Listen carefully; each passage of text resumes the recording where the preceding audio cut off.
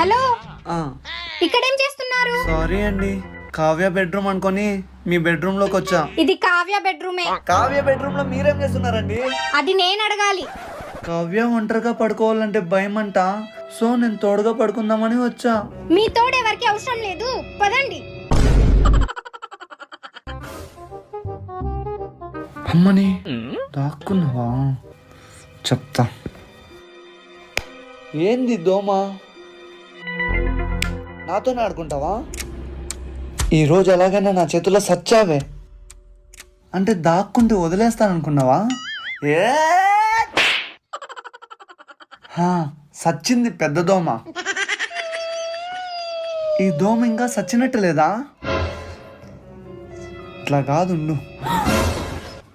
ఏ